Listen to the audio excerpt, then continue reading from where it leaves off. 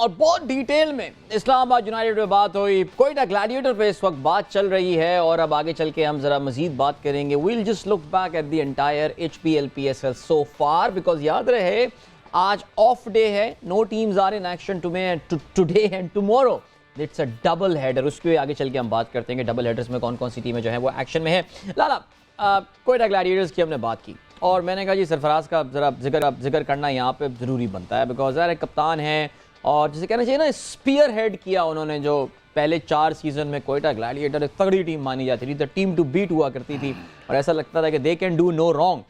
लेकिन लाला सरफराज की अपनी परफॉर्मेंस भी अगर आप देखें वो भी एक सवालिया निशान है और उनकी कप्तानी के हवाले से भी सवाल लोग उठा रहे हैं। आपका ओवरऑल क्या असेसमेंट है? देखिए, एक शुरू में एक बात मैंने और मिसबा ने की थी कि आपका होमवर्क जब तक नहीं होगा तो आप कोई आप किसी रिजल्ट को आप वो नहीं कर सकते कि उसमें पहुंच जाएंगे। तो आपका होमवर्क क्या होता है कि जैसे भी क्विट, अगर हम इस्लामाबाद की बात करें कि रुमान रईस नहीं है तो उसकी जगह फारूकी को खिलाया है, ऐसी ही है तो वो उतना ही अच्छा था। तो आपकी बेंच पे जिन लोगों को आप बिठा के दूसरों को चांस दोगे या रेस्ट कराओगे तो आपके पास बेंच पे वो बंदा होना चाहिए जो उसकी जगह को फिल कर सके। तो होमवर्क कहीं नजर नहीं आता। फिर शुरू में इन्होंने चेंजेस बहुत ज्यादा की। सैफी का ये है कि क्योंकि कप्तान है और कप्तान जब तक परफॉर्म नहीं करेगा, जैसे अभी अगर आप इमाम की बात और उसकी बात करें, अगर इमाद वसीम की बात करें कि टीम नहीं परफॉर्म कर रही लेकिन वो बंदा नजर आ रहा है एज अ कैप्टन को लीड कर रहा है टीम को, तो इसलिए कप्तान की परफॉर्मेंस हमेशा से बहुत ज्यादा इंपॉर्टेंट है। देखिए सैफी का मैं हकीकत में क्योंकि काफ़ी उसने क्रिकेट खेली, पाकिस्तान के लिए परफॉर्म भी किया, एज अ कैप्टन भी परफॉर्म किया, एक स्टेज आ जाती है कि आप एज अ खेलना पसंद करते हैं, आप पे प्रेशर कम हो जाता है, आप अपनी क्रिकेट को बहुत ज़्यादा इंजॉय करते हैं। मेरी नदीम उमर साहब से भी बात हुई थी ये लीग शुरू होने से पहले, तो उन्होंने मुझसे मशवरा लिया था, तब भी मैंने ये बात की थी कि सैफी को एज अ प्लेयर खिलाएं ताकि वो और अच्छा परफॉर्म करे, उसके बाद प्रेशर टीम का ना हो, अपनी परफॉर्मेंसेस का प्रेशर ना हो। बिल्कुल, आपकी स्क्रीन पे इस वक्त नजर भी आ रहे हैं सरफराज की परफॉर्मेंस की हमने बात की। 5 मैचेस में 103 रन हैं, बेस्ट उनका 41 जो कि उन्होंने कल के गेम में स्कोर किया था एट एन एवरेज ऑफ 25। लेकिन जो ज्यादा कंसर्निंग बात है वो उनका स्ट्राइक रेट है 105.1। मिडिल ऑर्डर में आके सरफराज जनरली खैर मिडिल, लोअर मिडिल, 1 डाउन हर पोजीशन पे अपने आप को फ्लोट कर रहे हैं। इस स्ट्राइक रेट के साथ तो ज़ाहिर है मामलात काफ़ी मुश्किल इनके लिए रहेंगे। लाला, थिंक टैंक का भी तो मसला है ना, मोइन खान होते हैं, उनके साथ एक और आज़म खान बैठे हुए होते हैं जो कराची की क्रिकेट के बड़े रूह रवा माने जाते हैं और बच्चों को आगे लाने में कहते हैं जी उनका बड़ा इंपॉर्टेंट रोल होता है। वो बैठ के क्या कर रहे हैं? लाइक आजम खान की अगर हम बात करें, I mean, थोड़ी सी कोई प्रोफेशनलिज्म तो लाना पड़ेगा ना। बाकी टीमों में अगर आप देखें, इस्लामाबाद यूनाइटेड कहता है कि जी हम तो डेटा ड्रिवन टीम है, क्या कोयटा ग्लैडिएटर अपने बारे में ये कह सकता है? मैं आपसे इसलिए पूछ रहा हूँ बिकॉज़ आप खेल चुके हैं इस टीम के लिए। प्रोफेशनलिज्म किसे कहते थे, यही चीज़ है कि अब मैं अगर मिसबा की यहाँ पे बात करूं तो मिसबा ने एक बड़ा अच्छा सिस्टम डोमेस्टिक लेवल पे किया था।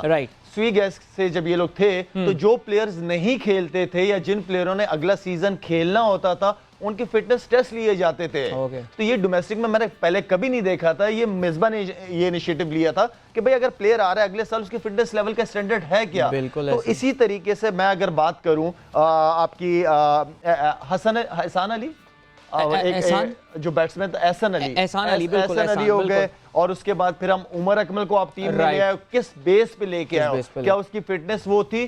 तो ये वो सारी चीजें हैं कि एक टीम के नजर आता है कि यार टीम वाकई सीरियस है, कुछ करना चाहती है। ठीक है ना, हम तो नदीम उमर साहब की बहुत तारीफें करते हैं ना कि एज अ इंसान बहुत अच्छे इंसान है, खूबसूरत आदमी है और वो चाहते कि उनकी टीम।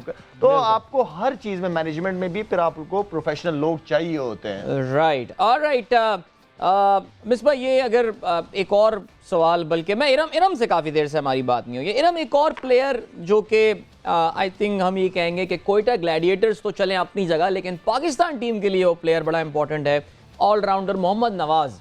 वो भी बिल्कुल इस PSL में ऑफ कलर नज़र आ रहे हैं।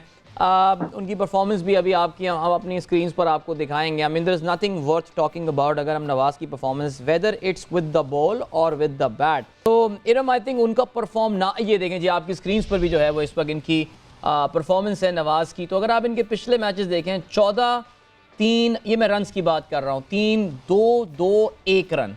और अगर आप टोटल इन्होंने जो है वो अब तक टूर्नामेंट में 22 जो है वो रन्स बनाए हैं। और अगर आप उनकी विकटों की बात करें तो उन्होंने 3 विकटें जो है वो अब तक इस टूर्नामेंट में सिर्फ हासिल की हैं। सो एक ऐसा खिलाड़ी जो कि मिडिल ऑर्डर में कहना चाहिए एक सुतून हुआ करता था कोयटा ग्लैडिएटर्स के लिए, और रिसेंटली पाकिस्तान क्रिकेट टीम के भी एक बड़े रेगुलर मेंबर रहे हैं। इरम, आई थिंक जो परफॉर्मेंस है नवाज की, it is concerning not just for Quetta Gladiator but for Pakistan as well. क्या कहेंगी आप? जी बिल्कुल, इधर दो चीज़ें हैं। एक तो ये कि प्लेयर के अंदर खुद क्या चल रहा है, वो कितना कंफर्टेबल है अपनी बैटिंग के नंबर पे या अपनी बॉलिंग पे, वो कितना कंफर्टेबल है। दूसरी चीज़ ये है कि जब एक टीम पूरी टीम आप प्लेइंग 11 कह लें, जब वो प्रॉपरली क्लिक नहीं कर रही, तो मुझे लगता है कि क्रिकेट जो है वो किसी एक प्लेयर की गेम नहीं है, वो 11 प्लेयर्स की गेम है।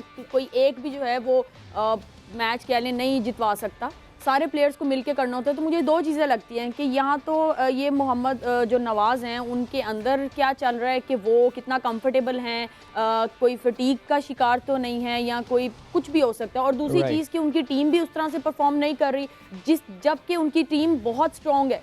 अगर आप देखें तो कोयटा ग्लैडिएटर्स इस सीज़न में सबसे स्ट्रॉन्ग टीम लग रही थी, उस तरह से वो परफॉर्मेंस आई ही नहीं कोयटा की तरफ से। तो ये दो चीज़ें लगती हैं कि जिस वजह से जो है, क्योंकि मैंने नवाज़ की परफॉर्मेंस देखी, पाकिस्तान टीम में बड़ा अच्छा खेलते चले आ रहे थे, बॉलिंग भी और विद द बैट इवन वो बहुत अच्छा खेल रहे थे। लेकिन अब ये चीज़ है कि जिस तरह वो कोयटा को उन्होंने ज्वाइन किया है, तो वो मुझे लगता है टीम का जो एक माहौल बना हुआ है ना, वो भी उनको काफ़ी जो है उन पे इम्पैक्ट कर रहा होगा उन पे। बिल्कुल, वेरी वेरी वैलिड पॉइंट। लेकिन उसकी परफॉर्मेंस जरूरी है, नवाज की परफॉर्मेंस, क्योंकि अगर जिस तरह इरम बात कर रही है, पाकिस्तान टीम की भी अगर नवाज की परफॉर्मेंसेस देखें, ऐसे कोई परफॉर्मेंसेस नहीं है उसकी लास्ट अगर पिछले मैचेस देखें।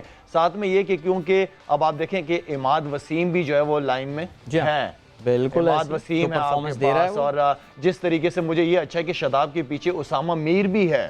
तो ये वो चीज़ है जिसकी हम बात करते हैं कि आपकी बेंच स्ट्रांग होगी तो लड़कों पे प्रेशर होना जरूरी है कि अगर मैं नहीं परफॉर्म करूंगा तो बेंच पे एक लड़का तैयार बैठा हुआ है। ये वो बेंच है जिसकी हम हमेशा बात करते हैं। इंजी भाई, इस टॉपिक को मैं चाहूंगा कि आपके पास लाके हम जरा इसको समेटें इस डिस्कशन को। और Nawaz, I think world cup में इंडिया के खिलाफ अगर आपको याद हो मैच में event for a lot of runs, और वो फिर ड्रेसिंग रूम वीडियो भी आई थी और बाबर उनको अपना मैच विनर करार दे रहे थे। लेकिन अगर आपने देखा हो तो वो नवाज एक कोने में बिल्कुल सर झुका के बैठे हुए थे, एंड इट लुक लाइक कि उनका जो खुद एतमादी है वो बिल्कुल किरचियाँ हो चुकी है, कॉन्फिडेंस शैटर उनका हो चुका था।